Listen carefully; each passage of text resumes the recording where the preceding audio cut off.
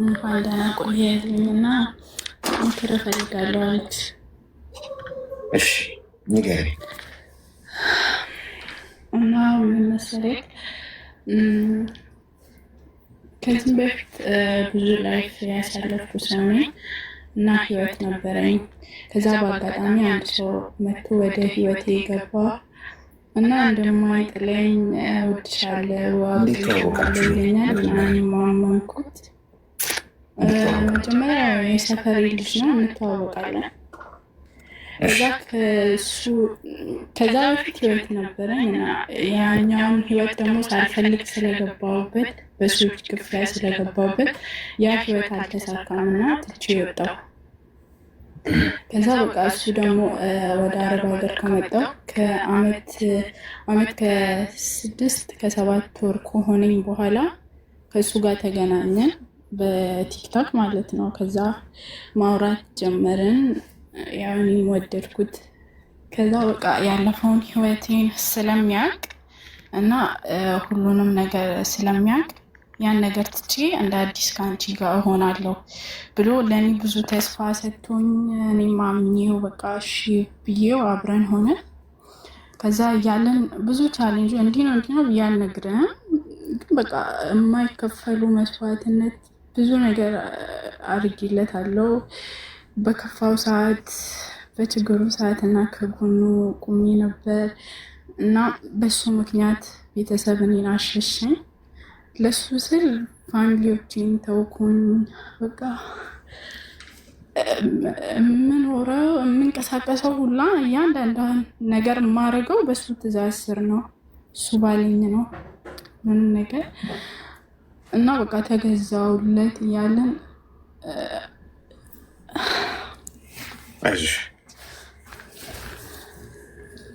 እና በጣም ነው የምወደው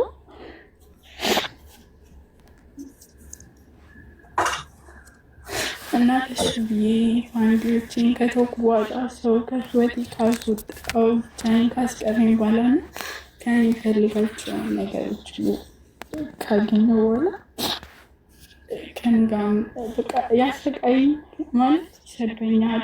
እንደዛም ሆኖ ደግሞ እኔ ለምኜው ምናምን እታረቋለሁ።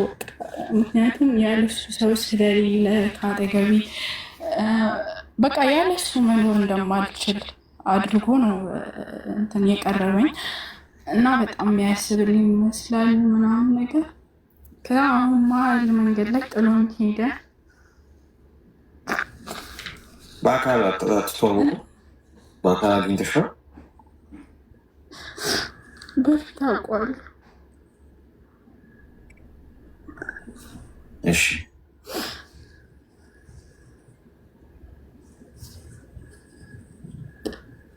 እና በቃ ከዛ ብቻዬን ሰው ከሸሸ በኋላ ብቻዬን ከተውኩ በኋላ እንደማይፈልገኝ ትላንት ማለት ነው። ትላንት ከዚህ ብዙ ጊዜ እንጣላለን እና እየለመንኩት ነበረ የምታረቅ እየለመንኩት በቃ ማለት ካለሱ መኖር እንደማልችል አድርጌ ነው የማስበው። እና አሁንም እንዲህ ያደረገብኝ እሱን መርሳት አልቻልኩም እና እንዴት አድርጌ ከህይወቴ ላስወጣው እችላለሁ? እንዴት ወደ ራሴ እመለሳለሁ? ብቻ በጣም ከብዶኛል። የት ነው ጥሎኝ ሄደ ያልሽው? ወዴት ነው ሄደ? ሊያወራኝ የፈልገው ከህይወቱ እንደወጣለት ነገረኝ። ምንድነው ምክንያቱ?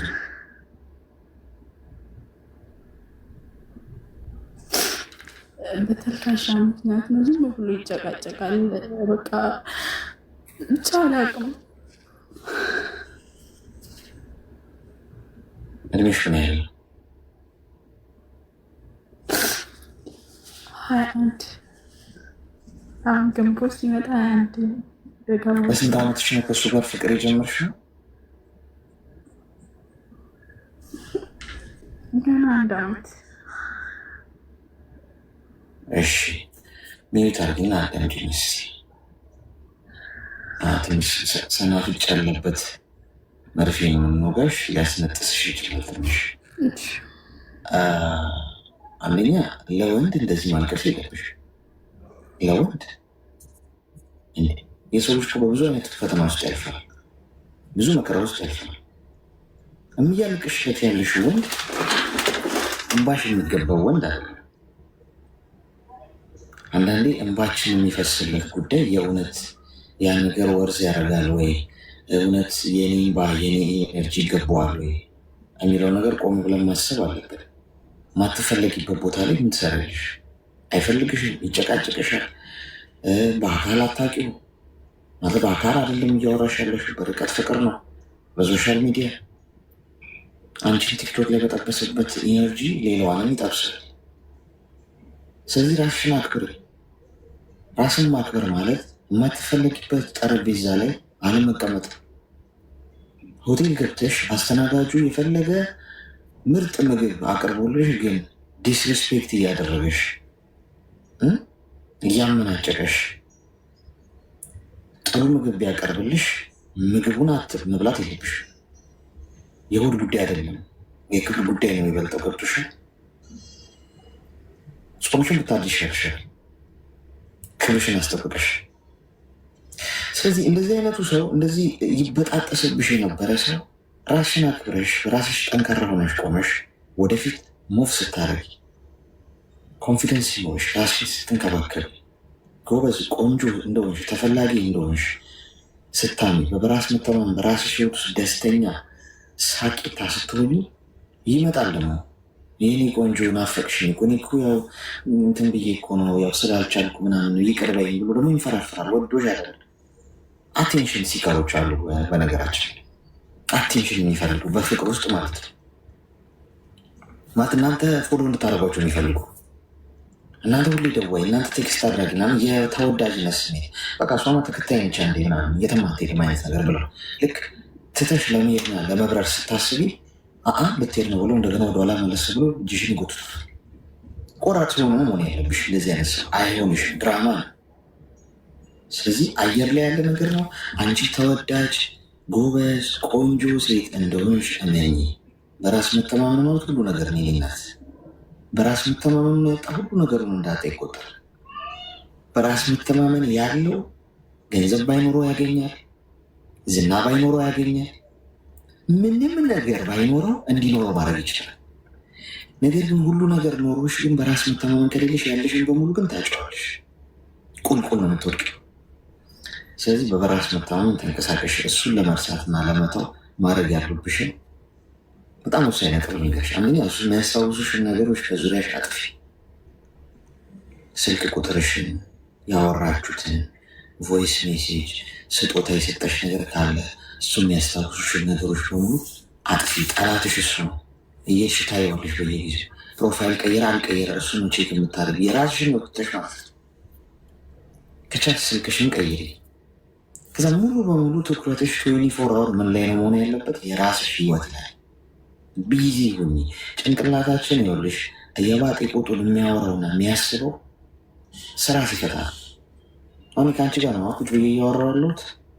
ቁጭ ብል ምንም ስልኬን አጠፋፍቼ ምናምን አጣጠፌ ቁጭ ብል ጭንቅላቴ ብዙ ነገር ያወራል፣ ይጠይቃል፣ ይመልሳል ራሱ ማለት ነው። ዝም እንዲል ማስብለው ምን ሳደርገው ነው? አክሽን ውስጥ ሲሆን፣ ተግባር ውስጥ፣ እንቅስቃሴ ውስጥ፣ ስራ ውስጥ ሲሆን። ስለዚህ አንቺ የሆነ እንቅስቃሴ ውስጥ፣ ስራ ውስጥ፣ አላማሽ ውስጥ ስትሆኒ እሱም ማሰሪያ ሰዓት አይኖርሽ ማለት ነው። አንደኛ ስደት ላይ ነው ያለሽ። ሰው ሀገር መተሽ ስለ ወንድ የምታስቢበት አለ። ተግባባ?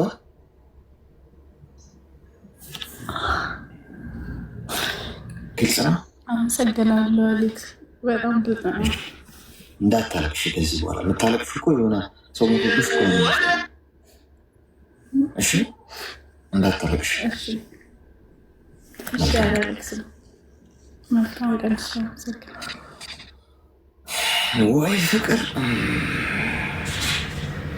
ፍቅር ጉዳ ፈላ የሚለው የማህሙድ አህመድ ሙዚቃ ሰማበት ሰዓት ይመስለኛል። እንዲህ ታለቅሳላችሁ። ስንት የሚለቀስ እንደ ጉዳይ አለ ጋይስ። አንድ ጥላቢሽ የሆነ ሰው ጥሎኝ ሄደ ብላችሁ እሺ። ሄሎ አቤት፣ ሰላም ነው? እንዴት ዋላችሁ? እግዚአብሔር ይመስገን። እንኳን ደህና ጠበቃችሁ። ምን እንታዘዝ? እኔ ግን ትንሽዬ ጊዜ ወስድባችኋለሁ። ትንሽዬ ብቻ አዳምጡኝ።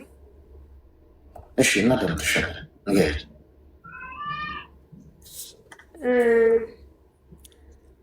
የሆነ ላማክራችሁ እፈልጋለሁ። ኮሜንት ላይም አንተም እንደምታማክረኝ እፈልጋለሁ። እሺ፣ ንገሪኝ። ግን ደንግጫለሁ። ትንሽዬ ትንፋሽ ልውሰድ። በእናትህ ምንድን ነው ያስፈራሽ? አስፈራለሁ? ኧረ ትንፋሽ ልውሰድ ትንሽ። እሺ፣ ትንፋሽ ስሽ እስከዛ ድረስ እሷ ትንፋሽ እስክትወስድ ጋይስ ከላይ ከሰሜ ጎን ያለውን ቅርጽ ምልክት እየነካችሁ ሜምበር ወይም ደግሞ ሜምበራችሁ የምትሉኝ ነገር መስማት ፈልጋለሁ እና እሺ ድምፅ ቆራረጠ በመሀል ማለት ነው። ኤርፎኑን አውጪው። እሺ ኧረ ኤርፎን የለኝም እና እኔ እና እሱ ከተገናኘ 7 ዓመት ወደ 8 ዓመት እየሄድን ነው። በመሀላችን አንድ ልጅ አለን። በምንድን ነው የተዋወቃችሁት? በአካል ነው የምወቀው የጎረቤት ልጅ ነኝ እና ግን ብዙ ታሪክ አለኝ።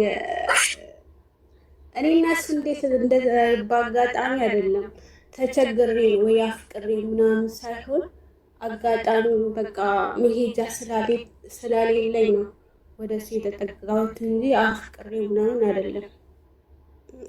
እና በሱም ይሁን ብዬ የሄድኩበት የገባሁበት እና ብዙ በደል የደረሰብኝ ስለ እንደ ሴትነቴ ብዙ ፈተና። በዛም ሰዓት የ19 ዓመት ልጅ ነበርኩኝ። መሄጃ ስላሌለኝ ነው ፍቅር ምናምንም አላውቅም። በዛ ሰዓት ከአብሬ የገባሁት ማለት ነው። ከዛም በ20 ዓመቴ ልጄን ወለድኳት እና ብዙ ፈተና ነበረ። ብቻዬን ነበርኩኝ። በቃ ብቻ ወለድኩኝ፣ ገባሁኝ፣ ብቻዬን ያደርኩት ማንም ነገር አልነበረም። ክራይ ቤት ይከፍልልኛል። የምበለው መቶ ውጭ ላይ አስቀምጦልኝ ነው የሚሄደው።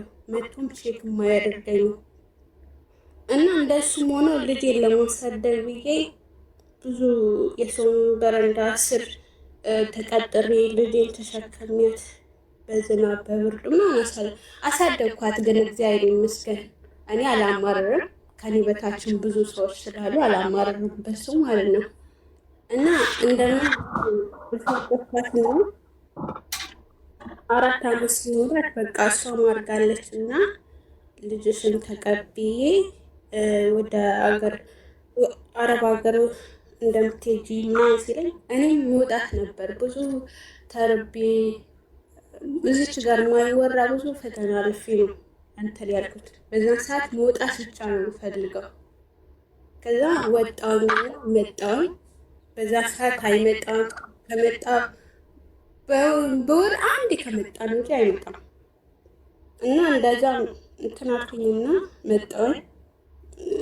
ከዛ ከመጣሁኝ በኋላ የመጣሁትን ብር ከፈትኩለት ማለት ነው። ከዛ ከከፈትኩኝ በኋላ በመሀል ድጋሚ ብር ላክልኝ ሲለኝ አልልክልህም አልኩት። በምን ምክንያት መሰለህ? እኔ ወደዚህ ስመጣ በእናትህ ለምን ልጄ እነሱ ጋር ጥዬ ስለመጣሁ የማማክረው ነገር ስላለኝ በእናትህ አንተ ጋር አድሬ የማወራት ነገር አለ ስለ ገደል ግቢ ለእኔ ስትይ እኔ ጋር አታድሪ ማለት ነው። እሺ ብዬ መጣሁኝ። ከመጣሁኝ በኋላ ማታ ሁል ጊዜ አያወራኝም። በቃ እቤት ከገባ በጭራሽ አያወራኝም። ጠዋት ከ2 ሰዓት በኋላ ነው የሚያወራኝ። ምክንያቱ እንኳን እስካሁን አላውቅም፣ ግን ወደዋለሁ። የመጀመሪያዬ ነው። ወደዋለሁ፣ በጣም ነው የምወደው እና እሺ ብዬ ተውኩኝ። አንድ ልጅ እነሱ ጋር ናት። ልጄን መርዳት ስላለብኝ ለዛ ብዬ እሺ አልኩት። ከዛ እንደዛ ማታ ማያወራኝም፣ ቀን ስራ ላይ ሲሆን ይደውልልኛል፣ አወራዋለሁ። ማታ ግን